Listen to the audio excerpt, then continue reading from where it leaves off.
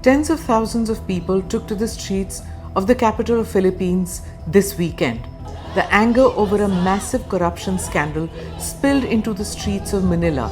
The scandal involves flood control projects worth more than $9.5 billion. President Marcos himself admitted that most of these projects were riddled with anomalies. Is this a Nepal moment in Manila? Will street protests consume another government in South Asia? What's happening? This is Quick Take, your quick guide. I'm Smita Prakash.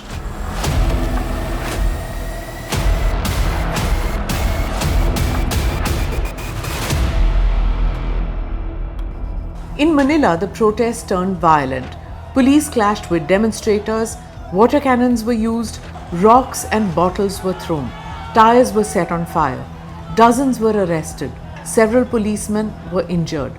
This is not a small protest. Nearly 50,000 people gathered in Manila's Luneta Park.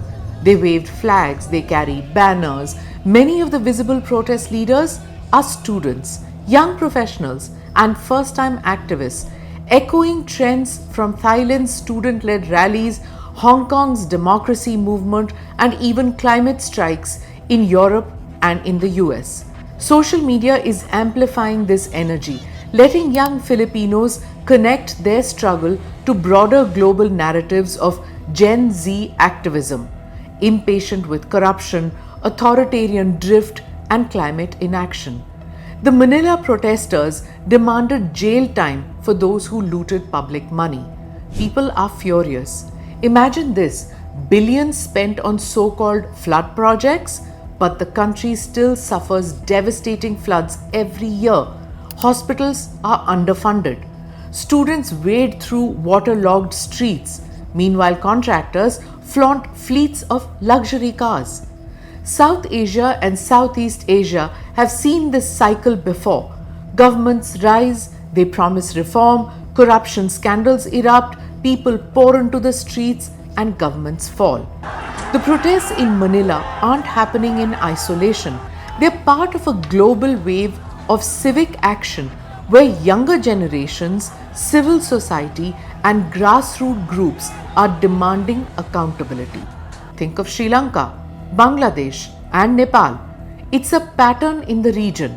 Corruption, economic stress, public anger boils over. Could there be a foreign hand? Big powers keep a close eye on Manila. The Philippines is strategically placed in the Pacific. The US, China, even regional players have stakes here. Unrest could tilt the balance. But make no mistake, at the heart of this protest is Filipino anger. Ordinary people feel betrayed. They pay taxes, they lose homes to floods, and they see the rich getting richer. Remember, protesters timed this march carefully. It was held on September 21st, the same day that martial law was declared by Marcos Sr. in 1972. President Marcos Jr. says he does not blame the protesters. He calls for peace, but he has put the army on red alert.